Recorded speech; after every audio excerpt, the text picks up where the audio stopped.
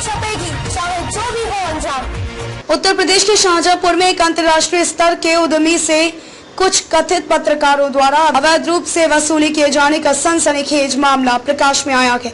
इन कथित पत्रकारों की ब्लैकमेलिंग से परेशान उद्यमी ने अब इनके खिलाफ मोर्चा खोल दिया है। उद्यमी ने रंगदारी मांगने वाले कथित पत्रकारों की लिखित शिकायत डीएमएसपी से की, मगर प्रशासन ने इनके खिलाफ अब तक कोई कार्रवाई नहीं की है, जिससे इन कथित रंगबाज पत्रकारों के हौसले बुलंद हैं, जिसके चलते उद्योगपति पलायन करने को मजबूर है।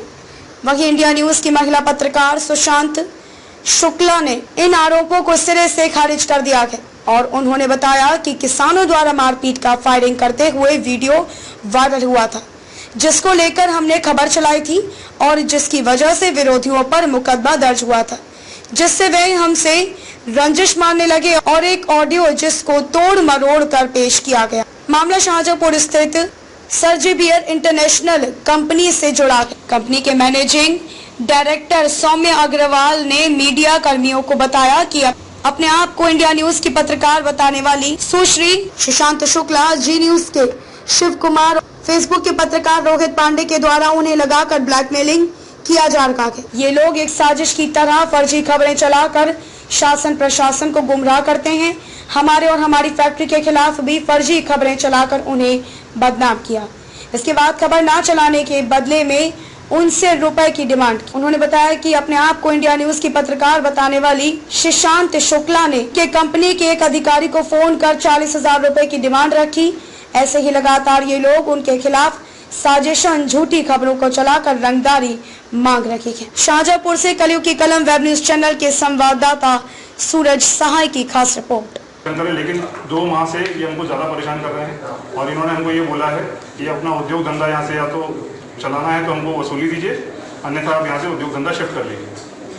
ये लोग बात बात पर भ्रामक एवं मिथ्या, जो इसमें खबरों में सच्चाई नहीं है, वो खबरें चला करके, जिसमें शिव कुमार जो कि अपने को जी न्यूज़ का पत्रकार बताते हैं, और सुश्री सुशांत शुक्ला जी जो अपने आप को इंडिया न्यूज़ की पत्रकार बताती हैं, और रोहित पांडे जी जो कि फेसबुक के अपने आप को पत्रकार बताते हैं।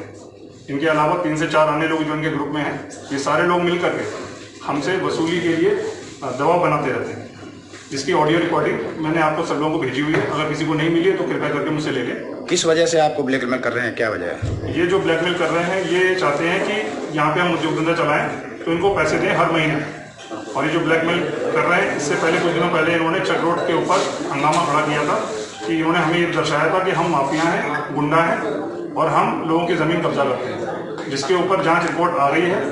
तहसील से भी जांच रिपोर्ट आ गई है कि वहाँ पे चक रोड एग्जिस्ट ही नहीं करती है, वहाँ पर है ही नहीं चक रोड। इतनी रंगदारी मांगी इन्होंने पहले हमसे 40,000 रुपये मांगी है, जो कि ऑडियो में साफ क्लियर है, स्थिति साफ है कि 40,000 रुपये इन्होंने मांगी थी।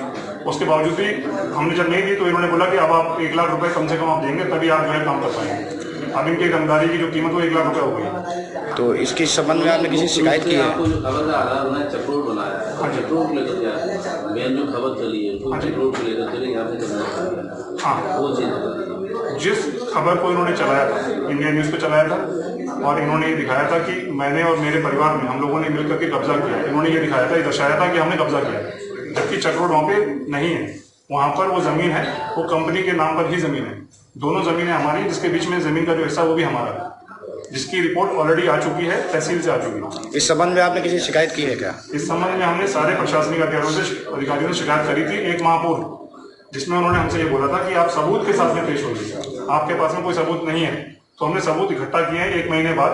अब हमने सबूत भी दिए, लेकिन सबूत देने के बावजूद भी प्रशासन कार्रवाई से बच रहा है। इस समय आप क्या करेंगे, आगे क्या करेंगे आप? देखिए, प्रशासन और प्रशासनिक अधिकारी जो हैं वो किसी ना किसी दबाव में, इसलिए वो बच रहे हैं। इसका मतलब ये अर्थ ये नहीं है कि वो गलत है या हमें उनसे भरोसा नहीं, हमें उन पर पूरा भरोसा है, पर उनकी भी अपनी मजबूरियां होती हैं, जिस चक्कर में वो दबाव में हैं और कार्य इस पे आगे इन पे कार्रवाई से बच रहे हैं। अगर कार्रवाई नहीं करते हैं तो आप क्या करेंगे? हम माननीय कोर्ट न्यायालय की शरण में जाएंगे यदि कार्रवाई नहीं होती है।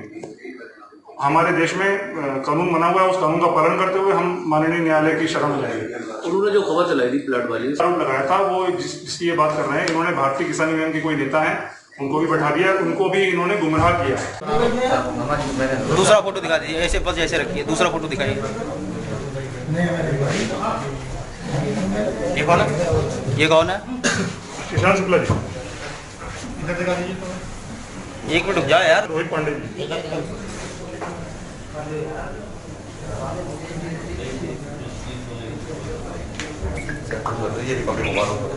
में उत्पीड़न किया जा रहा है, किस तरीके से धमकी आपको पूरा मिली है? देखिए, मैंने एक किसान की आवाज़ को उठाया था।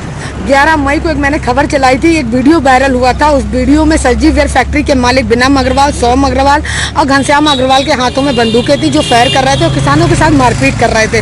वो वीडियो कहीं से मिला, तब इंडिया न्यूज़ ने उस वीडियो को प्रमुखता से दिखाया। उस खबर का असर ये हुआ कि इन फैक्ट्री मालिकों के खिलाफ मुकदमा दर्ज हो गया। मुकदमा दर्ज होने के बाद ये फैक्ट्री मालिक लगातार मुझसे नाराज रहे, मुझको षड्यंत्र के तहत फांसने की कोशिश करते रहे। उसके बाद इन्होंने एक मेरा आइडियो था, मेरे रिलेटिव से मेरी बात हो रही थी, मेरे रिलेटिव को पता नहीं किस क्या प्रलोभन देके बरगलाया है, उससे वो मेरा आइडियो लेके 12-14 मिनट का आइडियो को लेकर इन्होंने एडिट करके 3 मिनट का आइडियो वायरल कर दिया, जो कि मेरे सम्मान को ठेस पहुंची। क्योंकि मैं एक इंडिया न्यूज़ की सरकारी मान्यता प्राप्त पत्रकार हूं, तो कहीं ना कहीं मेरा एक सम्मान है, जिले में एक अपनी एक ओहदा है, उस ओहदे को ये लोग खत्म करना चाहते हैं। और साथ ही मुझे जान से मारने की धमकी भी मिली है। ये लोग चाहते हैं कि ईशान शुक्ला की हत्या करवा दें। मैंने ये आशंका लगभग आज से 1 महीने पहले ही अपने रिश्तेदार से ही जाहिर की थी कि भैया, अगर मेरी मौत हो जाए तो जिम्मेदार यही फैक्ट्री मालिक होंगे। क्योंकि सोम अग्रवाल ने और बिनम अग्रवाल ने लगातार मेरी हत्या के लिए कई लोगों से कहा। यहाँ के 1-2 किसानों ने मुझे बताया कि मैम आप बच के रहिएगा, बोलो कि डिस्कशन कर रहे हैं कि मैडम अगर दिखे तो उन्हें मार देना, अगर वो स्कूटी से जा रही हो तो उनके ऊपर ट्रक चढ़ा देना। इन्होंने अपने कई ड्राइवरों से कहा, उन ड्राइवरों ने उन किसानों से शेयर किया। तो कहीं ना कहीं मेरी अगर हत्या होती है तो उसकी जिम्मेदारी फैक्ट्री मालिक होंगे और कोई नहीं होगा। और कोई भी दिक्कत नहीं थी, मेरे सिर्फ इतनी रंजिश है, मुझे इसलिए षड्यंत्र में फांस रहे हैं क्योंकि मैंने गरीब किसानों की आवाज़ ऊपर तक पहुंचाई, जिला प्रशासन तक पहुंचाई, पुलिस तक पहुंचाई, सबने कार्रवाई की। इन्होंने मेरी आज से 2 महीने पहले मेरी संस्था को तमाम जगह, क्योंकि जितने पत्रकारों ने खबर चलाई थी उन सभी पत्रकारों की शिकायत की गई, अकेले मेरी नहीं। लेकिन सबसे पहले प्रमुखता से जो खबर दिखाई गई थी वो इंडिया न्यूज़ में दिखाई गई थी। तो कहीं ना कहीं इनके अंदर रंजिश तो भरी हुई है। उसके बाद ये एक अवैध बिल्डिंग बना रहे हैं जो बिना नक्शे के बनाई जा रही है। उस खबर को जब इंडिया न्यूज़ ने दिखाया तब भी इन्होंने उसके बाद से लगातार रंजिश मानने लगे, जबकि इनको सरकारी नोटिस दिया गया जेईओ सिटी मजिस्ट्रेट के द्वारा। उसके बाद बरेली के भी अधिकारियों ने उसमें आपत्ति दाखिल कर दी है कि ये नहीं बन सकती, ये बिल्डिंग गलत है।